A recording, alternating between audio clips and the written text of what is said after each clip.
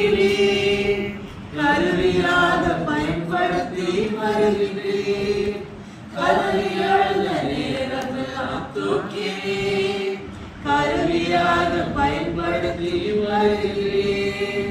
கண்மணி போல் காப்பவர், கைவிடாமல் நடப்பவர், கண்மணி போல் காப்பவர், கைவிடாமல் நடப்பவர்.